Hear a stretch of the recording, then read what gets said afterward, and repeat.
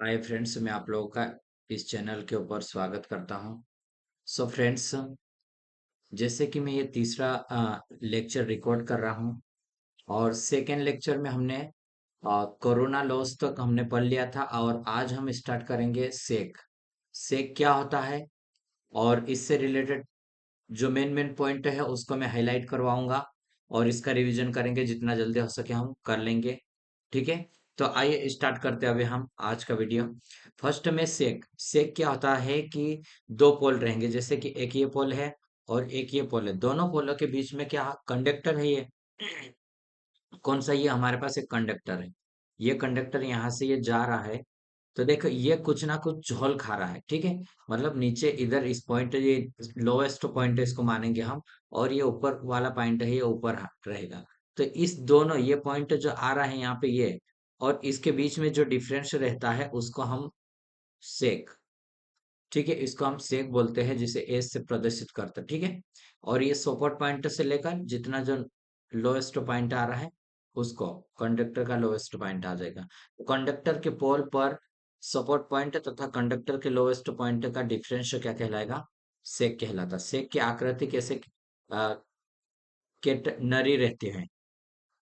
ठीक है, तो ट्रांसमिशन लाइन के कंडक्टर में सेक और टेंशन एक दूसरे के कैसे पूरक रहेंगे। कैसा पूरक रहेगा? जैसे कि भाई इसमें क्या रहेगा कि अगर हम इसको वायरिंग को खींच दे, ठीक है, तो ये क्या हो जाएगा, इस तरह से ऊपर आ जाएगा और ऐसा ऊपर आ जाएगा। और ज्यादा खींचेंगे तो और ऐसा आएगा। ठीक है, तो जैसे जैसे हम खींचेंगे तो इसकी टेंशन क्या बढ़ेगी? टेंशन बढ़ेगी तो कैसा रहेगा? सेक इनवर्सली प्रोपोर्शनल ऑफ टेंशन रहेगा। ठीक है, टेंशन बढ़ने पे हमारा सेक क्या हो जाएगा? कम हो जाएगा। और हमारा एक ये है कि अगर टेंशन हमारी बढ़ती है तो कंडक्टर क्या होगा? कम लगेगा हमें। ठीक है, कंडक्टर तो कंडक्टर मटेरियल की बचत हो जाएगी और सेक कम हो जाता है, लेकिन कंडक्टर के टूटने की संभावना इसमें बढ़ जाएगी। सेक अगर हम टेंशन को बढ़ाते हैं तो इसकी टूटने की संभावना बढ़ जाएगी। सेक ज्यादा रखने पर टेंशन कम हो जाती है, लेकिन कंडक्टर मटेरियल ज्यादा लगता है इसमें। सेक अगर हम ज्यादा रखते हैं तो ऐसा होगा। इसलिए कंडक्टर पर टेंशन का मान कंडक्टर की टेंशन स्ट्रेंथ का केवल 50% रहता है।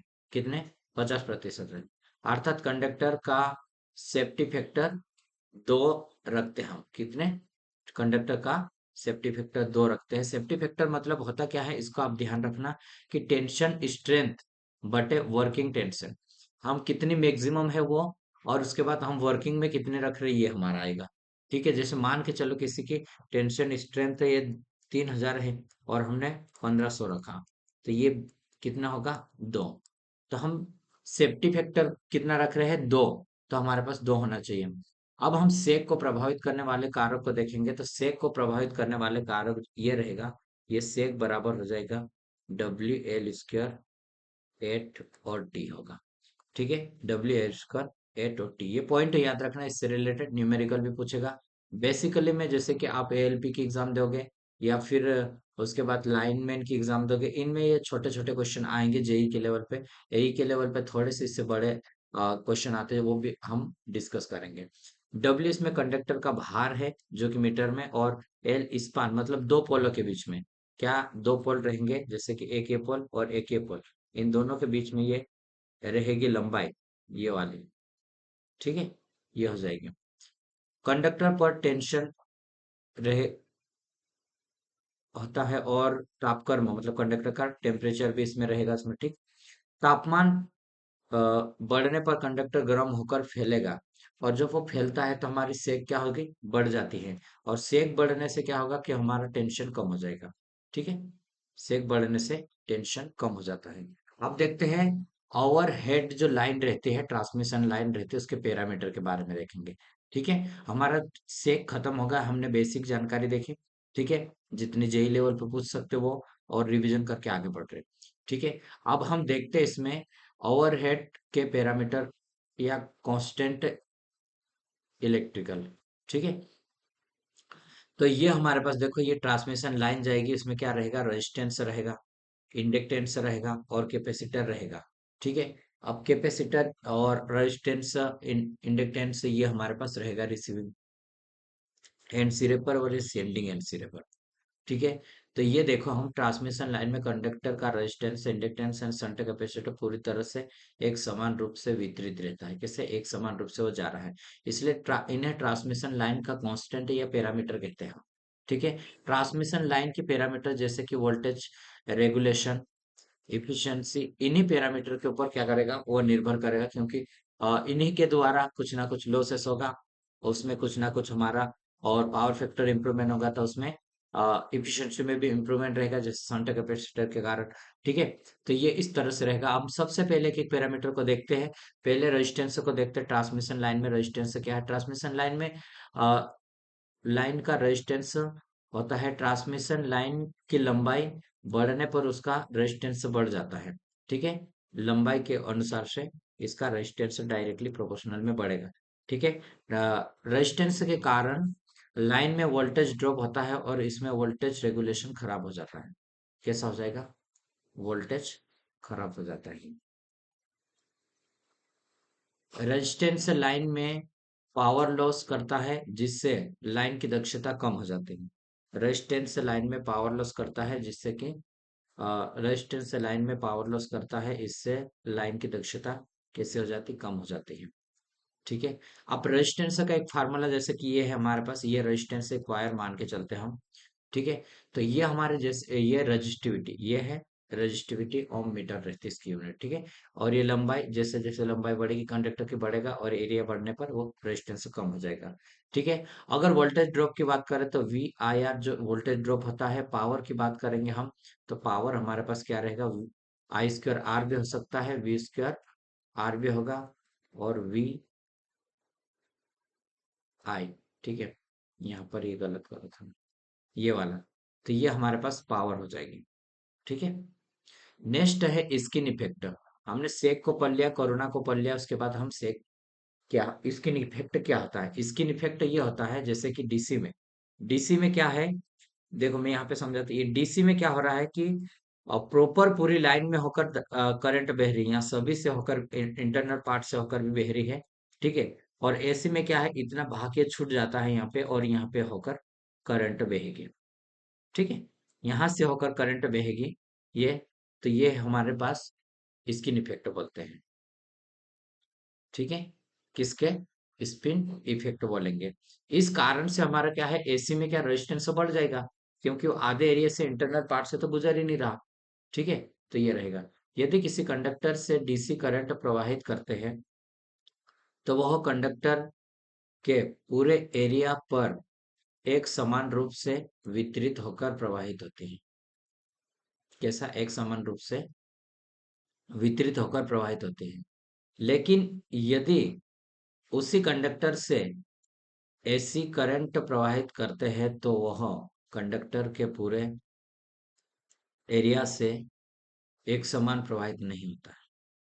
कैसा? पूरे एरिया से एक समान प्रवाहित नहीं होता है।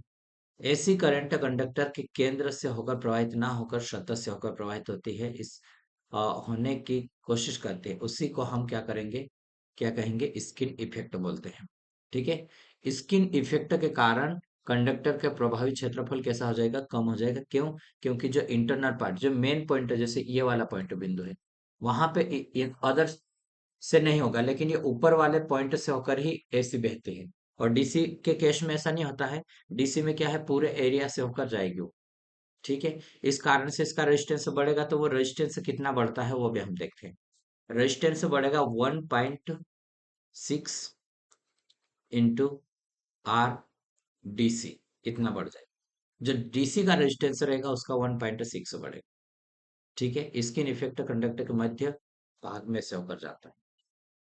हाई इंडक्टेंस उत्पन्न होने के कारण होता है। इससे कंडक्टर का स्किन इफेक्ट केंद्र भाग में ज्यादा होता है और सतह पर कम रहता है।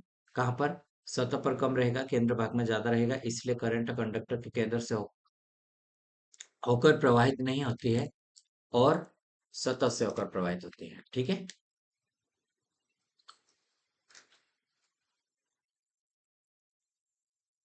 अब देखो, इसमें हमें क्या करना है, स्किन इफेक्ट निम्न कारण पर निर्भर करता है, तो ये हमारे पास आ जाएगा सप्लाई फ्रीक्वेंसी के ऊपर।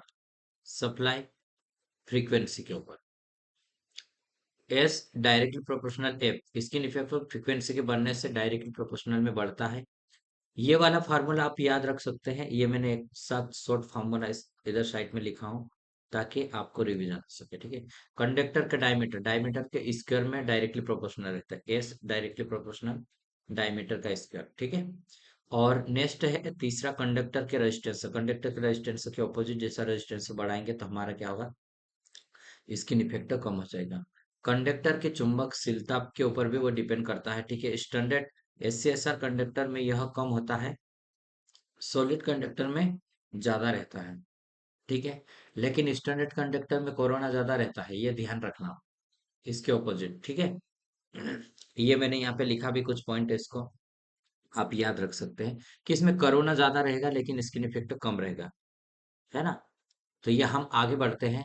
हमने क्या देखा, रेजिस्टेंस देख लिया है, अब देखते हैं हम इंडक्टेंस। इंडक्टेंस क्या होता है, जब कंडक्टर में से एसी करंट बहती है, ठीक है। मान के चलो ये कंडक्टर है, यहाँ से करंट बह रही है, तो ये क्या है, अपने आपने एक चुंबक क्षेत्र उत्पन्न करेगा, चुंबक क्षेत्र रहेगा इसका चारों ओर। तो इस कारण से इसमें इंडक्टेंस जो वोल्टेज ड्रॉप होता है उसको इंडक्टिव वोल्टेज ड्रॉप बोलेंगे हम, ठीक है। क्या है, एसी फ्लक्स उत्पन्न होते हैं, इस कारण से कंडक्टर में इंडक्टेंस उत्पन्न होता है। इसमें वोल्टेज ड्रॉप होता है और ट्रांसमिशन लाइन की लेंथ बढ़ने पर या कंडक्टर के मध्य की दूरी बढ़ने पर, लेंथ बढ़ने पर या कंडक्टर के मध्य दूरी बढ़ने पर इंडक्टेंस एल का मान बढ़ता है। इंडक्टेंस एल का मान कैसा होगा, बढ़ जाएगा। ट्रांसमिशन लाइन में इंडक्टेंस दो कार्य करता है, कितने, दो काम करेगा इसमें। ट्रांसमिशन लाइन में इंडक्टेंस दो कार्य करता है। यह लाइन में वोल्टेज ड्रॉप करता है, सबसे पहले क्या करेगा, वोल्टेज ड्रॉप करेगा। यह लाइन के पावर फैक्टर को खराब करता है। सेकेंडली, लाइन में वोल्टेज ड्रॉप कर रहा है और पावर फैक्टर को खराब कर रहा है। ओवरहेड लाइन, जीरो पर लाइन की तुलना में केबल में वोल्टेज ड्रॉप कम होता है। कहाँ पर, केबल में वोल्टेज ड्रॉप कम होता है, क्योंकि केबल के कंडक्टर के पास पास होने के कारण उनका इंडक्टेंस कम रहेगा, ठीक है। इंडक्टेंस का फार्मूला आप इसको याद रखना कि एल बराबर होता है जितने टर्न्स रहेगा और फ्लक्स एंड करंट, करंट बढ़ेगा तो इंडक्टेंस हमारा कम होता जाएगा, ठीक है। ये ट्रांसमिशन लाइन में याद रखना आप, ठीक है। नेक्स्ट है कैपेसिटर। कैपेसिटर क्या है, जैसे ये लाइन जा रखी है, ये कैसा रहता है, ये पैरेलल में रहता है, इंडक्टेंस और रेजिस्टेंस सीरीज में रहते हैं, ये भी ध्यान देना, ठीक है। ये हमारे पास रहेगा शंट कैपेसिटर, ये चार्जिंग करंट इसमें रहेगा जो भी, ठीक है। अब ये देखते हैं हम कि आई सी निकालने के लिए क्या होता है, वी ओपन एक्स सी, और एक्स सी का मान क्या होता है, 1/2 पाई एफ सी होता है। अब इसमें भी डायरेक्टली हम मान रख सकते हैं, तो ये ऊपर चला जाएगा, तो आई सी बराबर 2 पाई एफ सी वी। तो ये फार्मूला हमारे पास निकल के आता है करंट का, ठीक है। ट्रांसमिशन लाइन में कंडक्टर कंडक्टर के मध्य कुचालक मतलब ईयर को रखते हम होने के कारण शंट कैपेसिटेंस बनता है, ठीक। अगर हम दो वायर को पैरेलल में चला रहे हैं तो दोनों के बीच में क्या रहेगी, ईयर रहेगी, इस टाइप से जाएगी, तो यहाँ बीच में क्या रहेगी, ईयर रहेगी। ईयर होने के कारण से उसका कैपेसिटेंस बनता है, ठीक है। यह पूरी लाइन पर एक समान रूप से वितरित रहेगा और शंट कैपेसिटेंस चार्जिंग करंट प्रवाहित होती है। यह वोल्टेज से 90 डिग्री लीड करती है, तो लाइन पावर फैक्टर को सुधारती है, ठीक है। पावर फैक्टर सुधरने से लाइन करंट कम हो जाती है, जिससे उसमें पावर लॉस तथा वोल्टेज ड्रॉप भी कम हो जाता है, पावर लॉस तथा वोल्टेज ड्रॉप भी कम हो जाता है। नेक्स्ट है no load for transmission line में चार्जिंग करंट प्रवाहित होते हैं, कैसे चार्जिंग करंट प्रवाहित होते हैं, ट्रांसमिशन लाइन की लंबाई बढ़ने पर कंडक्टर के मध्य की दूरी कम करने पर कैपेसिटेंस का मान बढ़ता है, कैपेसिटेंस का मान बढ़ता है। ट्रांसमिशन लाइन की लंबाई बढ़ने पर, किसकी, ट्रांसमिशन लाइन की लंबाई बढ़ने पर कंडक्टर के मध्य की दूरी कम करने पर कैपेसिटेंस का मान बढ़ता है, किसका मान, कैपेसिटेंस का मान बढ़ जाता है। ठीक है। आप ट्रांसमिशन का वर्गीकरण देखेंगे, क्लासिफिकेशन ऑफ ट्रांसमिशन कितने प्रकार के होते हैं। तो ये देखते हैं हम ट्रांसमिशन कि ट्रांसमिशन को हम रेजिस्टेंस के कारण, इंडक्टेंस, ये सीरीज में रहते हैं, ठीक है। जबकि कैपेसिटर कैसा रहता है, पैरेलल में जुड़ा होता है, तो ट्रांसमिशन की गणना को शंट कैपेसिटर क्या करता है, थोड़ा कठिन बनाता है इसको। ठीक, इसलिए ट्रांसमिशन लाइन को शंट कैपेसिटर के प्रभाव के आधार पर हम ट्रांसमिशन लाइन को तीन भागों में उसको हम बांट रहे हैं। कितने भागों में, थ्री टाइप से इसको हम बांट देते हैं। ठीक है। तो सबसे पहले शॉर्ट ट्रांसमिशन लाइन रहेगी, तो इसको याद रखना है, ट्रांसमिशन लाइन जिनकी वोल्टेज रहेगी 20 किलोवोल्ट, कितने, 20 किलोवोल्ट से लेकर 80 किलोवोल्ट तक रहेगी। और इसकी लंबाई की बात करें, सॉरी, इसकी लंबाई की बात करें तो ये रहेगी 80 किलोमीटर तक रहेगी। ठीक है, 20 किलो वोल्ट रहती, लेकिन 80 किलोमीटर रहती। तो यहां तक ध्यान देना, 80 किलोमीटर से कम वाली लाइन रहेगी शॉर्ट ट्रांसमिशन लाइन कहलाएगी। और इसमें एक बात ध्यान रखना कि इसमें कैपेसिटर नहीं होता है, कैपेसिटर की गणना हम इसमें करते नहीं। ठीक है। नेक्स्ट है medium transmission line. Medium transmission line का वोल्टेज कितना रहेगा, इसका वोल्टेज रहेगा, देखो, इसका वोल्टेज 20 से ऊपर रहेगा, 100 केवी तक होता है। ठीक है। और ये 80 किलोमीटर से 200 किलोमीटर के बीच में होते हैं। ठीक है, मीडियम ट्रांसमिशन की बात कर रहा हूं मैं। ठीक, तो ये याद रखना। और इसमें रेजिस्टेंस, कैपेसिटेंस, इंडक्टेंस सभी की गणना की जाती है। अब देखते हैं long transmission line. Long transmission line वह ट्रांसमिशन लाइन जिसकी वोल्टेज 100 से ज्यादा रहे, 100 केवी से ज्यादा रहे। और इसकी लंबाई की बात करें तो ये इसकी लंबाई होगी 50, इसकी लंबाई 200 किलोमीटर से ज्यादा होनी चाहिए। ठीक है, इसमें भी हम कैपेसिटर, इंडक्टेंस एंड रेजिस्टेंस की गणना करते हैं। ठीक, अब ये हमारे पास आ गया पूरा ट्रांसमिशन खत्म, कि क्या क्या किस तरह से होते हैं। हम बेसिक बेसिक इसमें थ्योरी को पढ़ लिए। ठीक है, हमने इससे डेरिवेशन वगैरह स्किप किए हैं, लेकिन हमने क्या पढ़ा है, थ्योरी थ्योरी पढ़ लिया है। डेरिवेशन भी हम जैसे हमको टाइम मिलता हम कर लेंगे, लेकिन मैं चाह रहा हूँ कि थ्योरी क्वेश्चन 80% हमारे पास थ्योरी ही आएगा। मान के चलो मैक्सिमम 80% आएगा। तो थ्योरी हमारा एकदम कॉन्सेप्ट क्लियर होना चाहिए। इसके साथ में कुछ मैंने इम्पोर्टेंट और फार्मूले को भी लेकर चला हूं, तो आपको आई होप कि ये समझ में आऊंगा। ठीक है, अब हम केबिल को पढ़ते हैं। केबिल भी साथ में ही इसको खत्म करेंगे। ठीक है, तो एक मिनट, कि यहीं तक रखे अपन इसको, मैं देख लेता एक बार फिर भी इसको।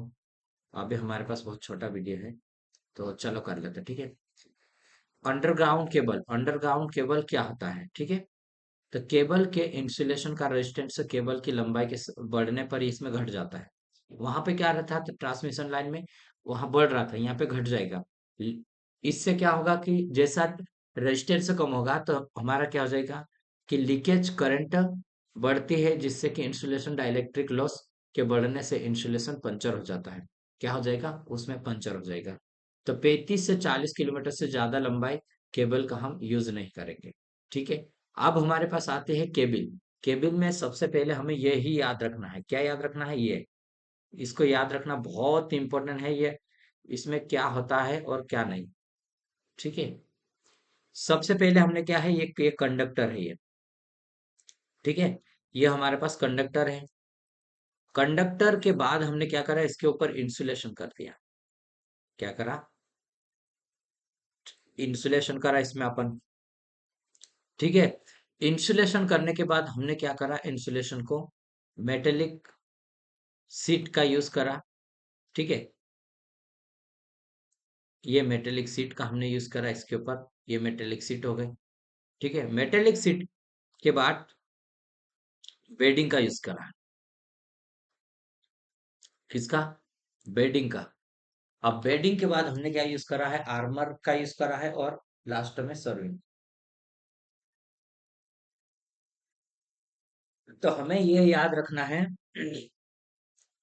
सबसे पहले conductor C, I insulation, and M, तो ये सीम है ना। सीम के बाद हुआ है बी ए, सीम बॉस। तो ये याद रखना आप।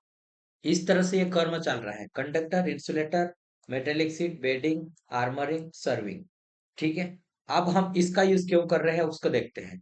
ठीक है। किसका, इसका यूज कैसे कर रहे हैं हम इसको देखेंगे अभी हम। देखो कंडक्टर क्या होता है ये देखते हैं अभी। कंडक्टर देखो, कंडक्टर कॉपर या फिर एल्यूमिनियम का हम यूज कर रहे हैं, स्टैंडर्ड कंडक्टर का, जो कि फ्लेक्सिबल रहता है। इसमें केबल को मोड़ने में आसानी रहती है। इसको कंडक्टर का साइज उसमें करंट के प्रवाह के अकॉर्डिंग उसका निर्धारित करते हैं। सेकंड क्या है, इंसुलेशन। क्या था, सी,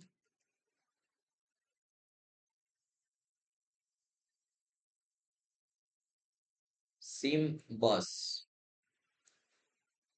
इंसुलेशन की मोटाई वोल्टेज के ऊपर डिपेंडेंट करेगी, और वोल्टेज बढ़ने से इंसुलेशन की मोटाई भी बढ़ेगी। ठीक है, ये डायरेक्टली प्रोपोर्शनल है, इसको ध्यान देना, ये बहुत इंपॉर्टेंट है, केबल की लंबाई इंसुलेशन के। और ट्रांसमिशन लाइन में भी हमारा क्या है, तो वोल्टेज बढ़ेगी तो इंसुलेशन बढ़ता है। ठीक है, ये भी ध्यान देना। लाइटनिंग केबल में पीवीसी और वीआई इंसुलेशन का यूज करते हैं हम, जबकि पावर केबल में इमरजेंट क्रॉस लाइन पोल का हम यूज करेंगे। ठीक है। मेटेलिक सीट का यूज देखते हैं हम क्यों कर रहे हैं। जमीन के अंदर मौजूद आर्द्रता और एसिड, किसकी, आर्द्रता और एसिड से हम सुरक्षा प्रदान करने के लिए लेड या एल्यूमिनियम की परत को हम चढ़ाते हैं, उसे हम मेटेलिक सीट बोलते हैं। क्या बोलेंगे, मेटेलिक सीट। अब मेटेलिक सीट की को हम आर्मर से बचाने के लिए हम बीच में किसका यूज कर रहे हैं, बेडिंग का यूज कर रहे हैं, जिसे जूट बोलेंगे हिंदी में। ठीक है, जूट का यूज कर रहे हैं हम, किसको, मेटेलिक सीट को आर्मरिंग से बचाने के लिए। अब देखते हैं कि आर्मरिंग का भाई यूज क्यों कर रहे हैं हम। आर्मरिंग को बचाने के लिए तो हमने यूज कर लिया, ठीक है, लेकिन हमें आर्मरिंग का ही यूज क्यों कर रहे हैं हम, उसको देखते हैं। देखो सबसे पहले फाइबर का हम यूज कर रहे हैं बेडिंग के लिए, जूट या फिर ये बनाने के लिए। ठीक है। अब नेक्स्ट आर्मरिंग, यह गैल्वेनाइज्ड स्टील की एक परत को हम केबल में लगाते हैं, जो कि यांत्रिक चोट से सुरक्षा प्रदान करता है। किससे, यांत्रिक चोट से सुरक्षा प्रदान करता है, इसलिए हम आर्मर को बचाने के लिए किसका यूज कर रहे थे, सॉरी, हम किसका यूज कर रहे हैं, मैकेनिकल के लिए तो आर्मर का यूज कर रहे हैं। और बेडिंग का यूज किसको बचाने के लिए, मेटेलिक सीट को बचाने के लिए। और मेटेलिक सीट का यूज हम क्यों कर रहे थे, लेड एसिड, मतलब एसिड से ही आर्द्रता से सुरक्षित रखने के लिए। लास्ट में था हमारे पास सर्विंग। सर्विंग क्या है, आर्मर को वातावरण से हम सुरक्षित रखने के लिए हम आर्मर का यूज करते हैं, जो कि फाइबर या जूट या हेसन टेप की परत उसके ऊपर लगाते हैं। ठीक है। अब बात आती है भाई कि हमने जो केबिल पढ़ा है, केबिल में सीम बस मैंने बोला, तो ये सी से कंडक्टर होता है, आई से इंडक्टर इंसुलेटर, और एम से मेटेलिक शीट, बी से बेडिंग, ए से आर्मरिंग, इससे सर्वरिंग होगा। तो ये आप को मैं एक कॉन्सेप्ट बताया कि इस तरह से आप याद रख सकते हैं। इसमें पूछ सकता है कि वेडिंग का यूज कहाँ किस किस के बीच में रहता है, आर्मरिंग का यूज कहाँ पर रहता है, ये भी इसकी पूछ सकता है। ठीक है, तो इसको आप ध्यान देना और याद रखना। नेक्स्ट अब देखते हैं हम केबल का वर्गीकरण। केबल का वर्गीकरण हम अलग अलग वोल्टेज के अकॉर्डिंग करेंगे। उसमें हम देखेंगे कि लो टेंशन केबल, एलटी लाइन जिसको बोलते हैं, एलटी लाइन, लो टेंशन केबल, जो कि 1 केवी का रहते हैं, 1 केवी की रहती है, जिसको हम 1000 वोल्ट भी बोल सकते हैं। ठीक है, 1000 वोल्ट की रहती है। हाई टेंशन केबल की बात करें अगर, हाई टेंशन केबल, तो ये 11 केवी तक रहती है। कितने, 11 केवी तक रहेगी। ठीक है, कहाँ से, 1 केवी से लेकर 11 केवी तक रहेगी। ये हाई टेंशन में 11 केवी आ रही है। ठीक है, हाई टेंशन में। अब सुपर टेंशन की बात करता हूं मैं, हाई टेंशन के बाद सुपर टेंशन आता है, जो कि 11 केवी से लेकर 33 केवी तक यूज करते हैं, 11 to 33 केवी। ठीक है, ये high tension, sorry super tension, और ये हाई टेंशन। ठीक है, एचटी लाइन 11 केवी, और ये सुपर टेंशन में आ गए। एक्स्ट्रा हाई टेंशन केबल की बात करें तो एक्स्ट्रा हाई टेंशन 33 to 66 केवी। ठीक है, ईटी एक्स्ट्रा हाई टेंशन में आते हैं। सबसे पहले क्या था, लो टेंशन था, LT, HT, ST, ET, ठीक है, ET आ गया, ठीक है। एक्स्ट्रा सुपर टेंशन में EST, एक्स्ट्रा सुपर टेंशन, ठीक है। ये 66 तक, 66 से ऊपर रहेगा वो हमारा एक्स्ट्रा आ जाएगा, ठीक है। 66 केवी से ऊपर आएगा वो एक्स्ट्रा में आ जाएगा, ठीक है। तो इसको भी आप ध्यान देना कि हमने क्या देखा, केबल के अलग अलग कैटेगरीज को देख लिया हमने, ठीक है। अब हम आगे बढ़ेंगे कि कौन कौन सी केबल हमारे पास है उसको देखते हैं, ठीक है। कौन कौन सी केबल है हम जो यूज कर रहे हैं, सिंगल कोर केबल हो गया, और ये देखेंगे हम। जैसे सिंगल कोर केबल, ये है सिंगल कोर केबल में क्या करा, सबसे पहले ये हमने कंडक्टर को रखा, ठीक है। किसको रखा है, कंडक्टर को रखा है ये। उसके बाद हमने इसको इंसुलेशन को रखेंगे। इंसुलेशन के रखने के बाद हम क्या करेंगे, मेटेलिक सीट का यूज करेंगे और सर्विंग का। क्यों, ये सिंगल फेज, इसमें आर्मरिंग का यूज नहीं करेंगे हम, ठीक है। Single core cable sheath loss को कम रखने के लिए आर्मर का उपयोग हम नहीं करते हैं, ठीक है। और इस सिंगल कोर का केबल कहाँ पर करते हैं, एचटी लाइन में करते हैं। एचटी लाइन 1 केवी में करते हैं, ठीक है। कितने में, 1 केवी में करेंगे। थ्री कोर केबल को देखते हैं। थ्री कोर केबल अलग अलग प्रकार के रहते हैं। बेल्टेड केबल रहेगी और स्क्रीन केबल रहेंगे। बेल्टेड केबल का यूज हम करेंगे 11 केवी तक करेंगे, और स्क्रीन केबल का यूज करेंगे हम 22 केवी से लेकर 66 केवी तक कर सकते हैं। ये सॉलिड केबल, क्योंकि इसमें सॉलिड या ठोस इंसुलेशन मटेरियल का यूज करते हैं, इसलिए हम इसको सॉलिड केबल बोलते हैं। तीसरा ये है प्रेशर केबल। प्रेशर केबल है 66 केवी से अधिक का यूज करते हैं। अंडरग्राउंड का यूज करते हैं हम, तो 66 केवी का ले हम इसका यूज करेंगे, ठीक है। कौन सा, प्रेशर केबल का यूज करेंगे। अब बेल्टेड केबल की मैं बात करता हूँ। बेल्टेड केबल होता क्या है, इसको भी आप ध्यान रखना कि देखो, थ्री फेज में हम यूज कर रहे हैं तो 3 वायर का तो यूज कर रहे हैं, एक ये और ये तीन, ठीक है। एक 3 कंडक्टर यूज करा। इसके बीच में हम क्या कर रहे हैं, यहाँ पे एक इंसुलेशन का यूज करा, ठीक है। इंसुलेशन का यूज करने के जस्ट बाद हमने क्या करा, पेपर बेल्ट का यूज करा। पेपर बेल्ट का यूज करा। पेपर बेल्ट के बाद सीट का यूज करा। सीट का यूज करने के बाद किसका, बेडिंग का यूज करा। बेडिंग के बाद आर्मरिंग का यूज करा है, ठीक है। तो इन सभी को कर्म वाइस आप याद रखना। वैसे मैंने फर्स्ट वो वाला बताया ना, उससे आपको याद हो जाएगा, ज्यादा कुछ टॉप नहीं है, ठीक है। ज्यादा टॉप नहीं है, आप याद रख सकते हैं, इजिली है ये। एक दो बार आप देखोगे वीडियो को, आप आराम से इसको याद कर सकते हैं। और ऐसा वीडियो है ये कि आप मतलब कहीं चलते फिरते भी देख सकते हैं, यहाँ ट्रेवलिंग कर रहे हैं वहां पे भी आप ईयरफोन लगा के सुन सकते हैं, काम करते हुए सुन सकते हैं। और इसको मैं समझाते जा रहा हूँ, ना कि ज्यादा हमने किसके न्यूमेरिकल या क्वेश्चन के ऊपर बात करा। मैंने एक्सप्लेन किया है थ्योरी को पूरा रीड करते हुए, तो आपको बहुत ही बेनिफिट रहेगा ये, ठीक है। तो मैं आपसे एक रिक्वेस्ट करूंगा कि भाई, आप नए हमारे चैनल से जुड़ते हैं तो आप हमें एक कमेंट बॉक्स में बता सकते हैं कि आप किस एग्जाम के टारगेट कर रहे हैं, और आने वाली कौन सी एग्जाम है आपकी, उससे रिलेटेड क्या है, और आपकी जो कमी है उसके हम सब्जेक्ट को ला सकते हैं कि भाई ये आप लोग की कमी है, तो उसको हम रीड करवा दें और कम समय में उसको एक्सप्लेन कर दें, ठीक है। जो भी डाउट है वो आप बता सकते हैं, मैं छोटा सा वीडियो क्लिप आपको बना के शेयर कर दूंगा, तो आप उससे भी आप समझ सकते हैं, ठीक है। और आप हमारे टेलीग्राम चैनल पे भी जुड़ सकते हैं, ER Mukesh Jamre with study के नाम से है, जिसमें मैं ये नोट्स को भी शेयर कर रहा हूँ। सारे नोट्स वहां जाके ले सकते हैं। व्हाट्सएप पे भी आप जुड़ सकते हैं, उसके लिए आपको मतलब एक लिंक दिया है, उसमें आप जाके जुड़ सकते हैं, ठीक है। टेलीग्राम लिंक का भी मैंने डिस्क्रिप्शन में लगा दिया है, तो उस पे भी आप जाके जुड़ सकते हैं। मैं ये चाहूंगा कि टेलीग्राम पे आप जुड़ जाइए, वहां पे मैं सॉरी, हाँ, टेलीग्राम पे ही जुड़े, वहां पे मैं आपको नोट्स प्रोवाइड कर दूंगा, ठीक है। अब हम देखते हैं आगे प्रेशर केबल के बारे में देखते हैं। सॉलिड इंसुलेशन की केबल का उपयोग केवल 66 केवी तक की वोल्टेज तक के लिए ही करते हैं। इसमें ज्यादा वोल्टेज पर इन्हें यूज करने से इंसुलेशन क्या हो जाएगा, पंचर होने की संभावना बढ़ जाती है इसमें, ठीक है। इसलिए इसको 66 केवी से ज्यादा वोल्टेज के लिए प्रेशर केबल का यूज करेंगे आप, ठीक है। ऑयल फील्ड केबल, क्या है, ऑयल फील्ड केबल आता हमारा, तो ये हमारे पास रहेगा ऑयल फील्ड केबल में। ये आ गया, क्या हो रहा हमारे पास, ये कंडक्टर रहेगा, उसके ऊपर इंसुलेशन लगा है, और ये बीच में ऑयल भरा नाली, डॉक्टर नाली, और उसके बीच में ये हमने, तो इसको हम यूज करेंगे 230 केवी तक यूज कर सकते हैं oil field. Gas pressure cable भी आती है जो कि 500 केवी तक हम इसका यूज करेंगे।